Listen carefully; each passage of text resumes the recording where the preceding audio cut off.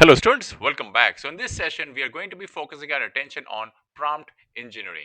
Today we'll understand how AI actually processes the language and how to design better prompts.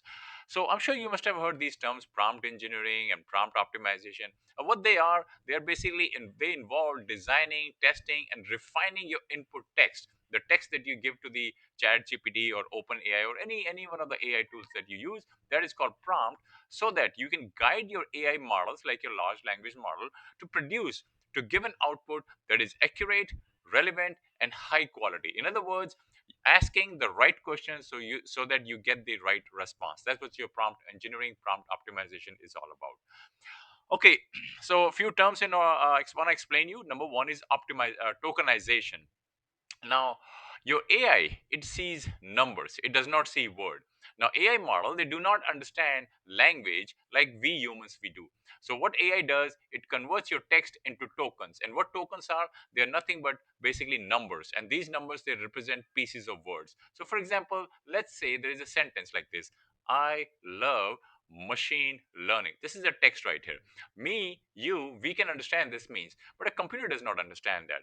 So what AI does, it sees these numbers, this number, this number, this number, these numbers. This is what an AI sees. That's what these token is all about. So what is tokenization? Tokenization is breaking text into smaller units, and these smaller units are called tokens.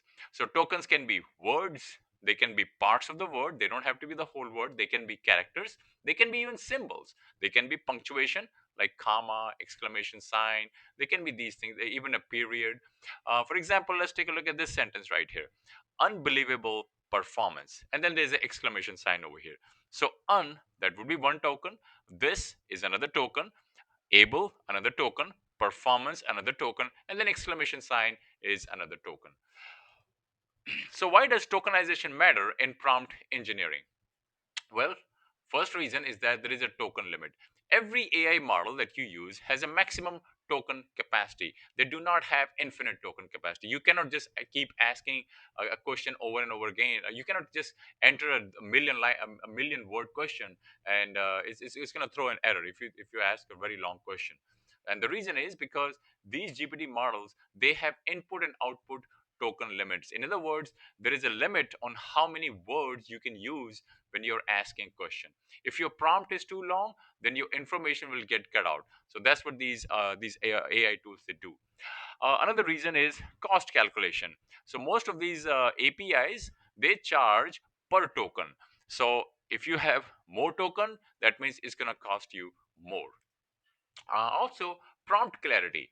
So if you have a bad tokenization, this can change the meaning. For example, let's take a look at these two sentences. In this one, it says, let's eat grandma.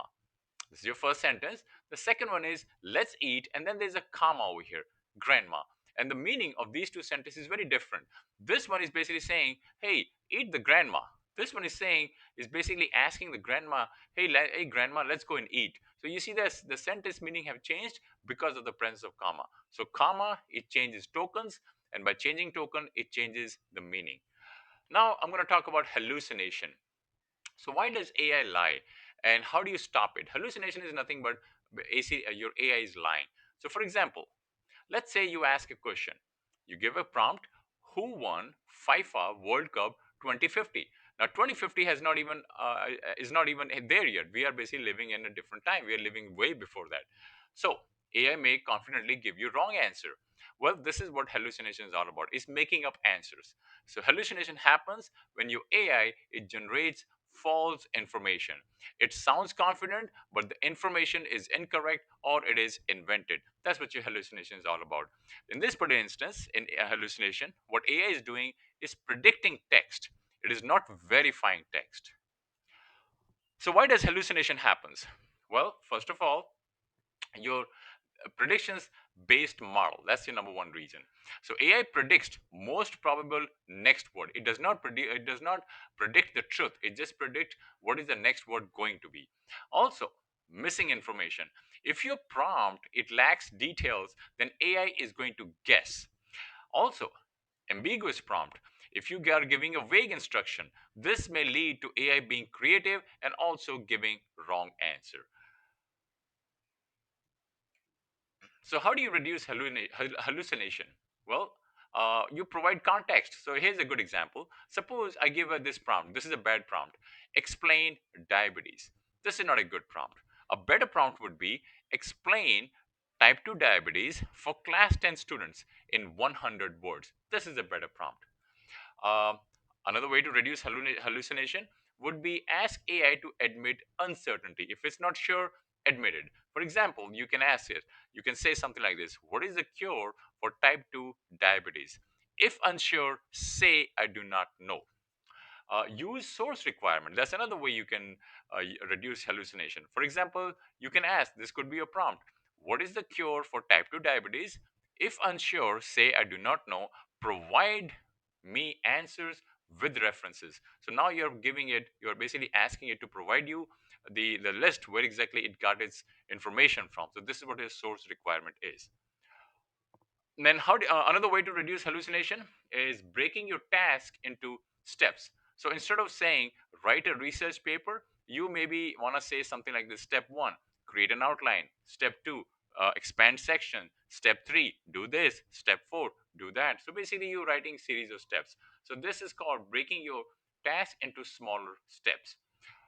This example right here.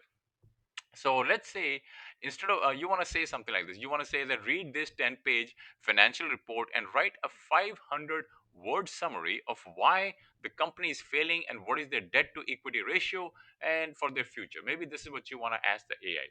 Well, this is going to fail. And the reason this is going to fail, because the AI has to hold the data. It has to analyze, and it has to do some creative writing in its memory all at once. It has to do all this thing exactly at one time. So in this particular instance, it might fabricate a ratio or might hallucinate a reason for failure just to finish the task. So this is a problem. Well, the solution is this: you break this task down into series of steps right here. So you specify your step 1, data extraction. You actually say list all mentions of debt and total equity found in financial highlight section of this report. Provide the page number. That's your step 1. Then you specify step 2, logic and calculation. Using the numbers that you extracted in step 1, that would be this step right here, calculate the debt to equity ratio, and then you give the formula right here and show your work. You ask the AI to show its work. That would be a step 2. Step 3, interpretation.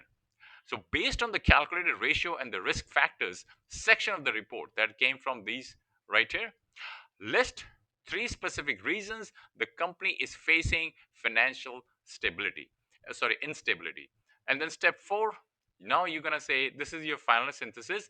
Now you're going to ask, now use all the verified facts from the previous steps to write a 500-word summary of the company's outlook. So basically, you have broken down your steps, your task, into series of smaller steps.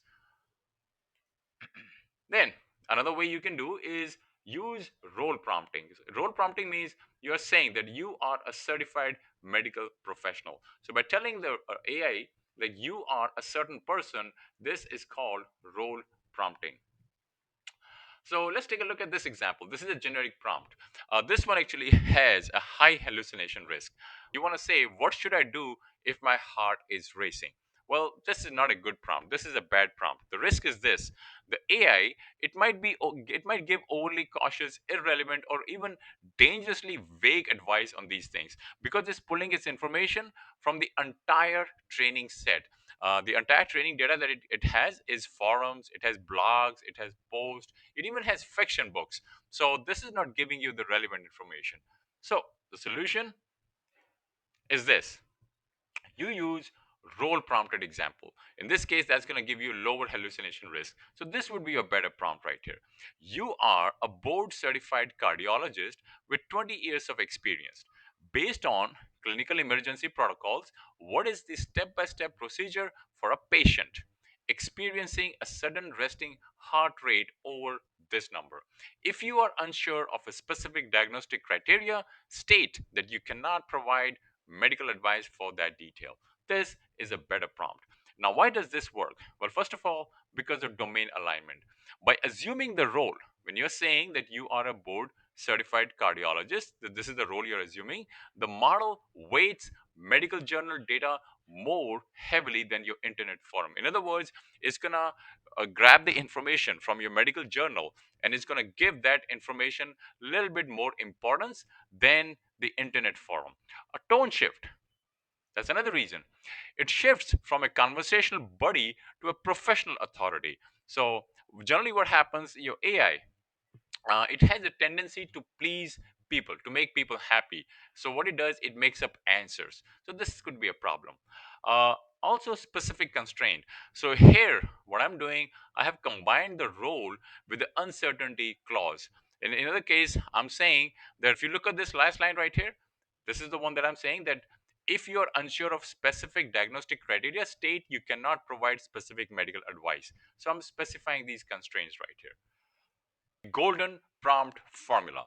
So there are four important points that you should consider when you write a prompt: context, task, constraint, and output format. Let's understand each one of them. Context. Context means background information. So this gives your AI a situation or the environment. It gives you the landscape. So without the context, your AI will guess. So here's an example of a no context prompt. In this case, it's going to be guessing. This is your prompt. This is your bad prompt. Write a plan to improve customer retention.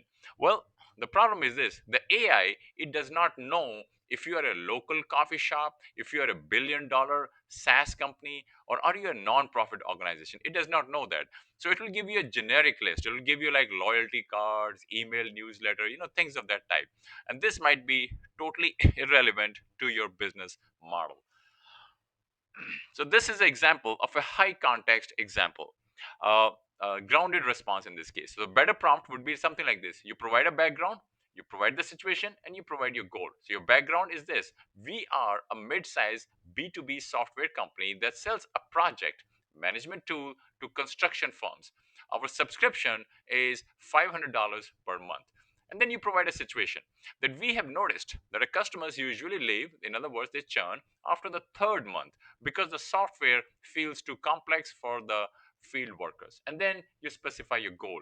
Create a 30-day retention plan specifically focused on simplifying the onboarding phase for non-technical users.